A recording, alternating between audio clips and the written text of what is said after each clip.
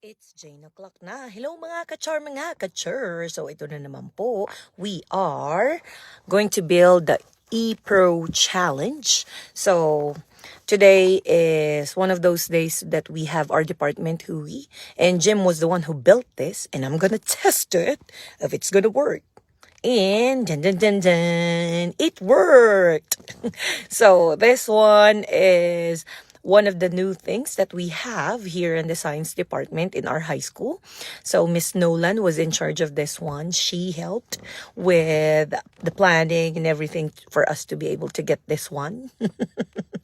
And of course, this is the time that, all of our team were having fun building things. So the funny part is I am not really good with building things. So here's Jaden trying his new toy.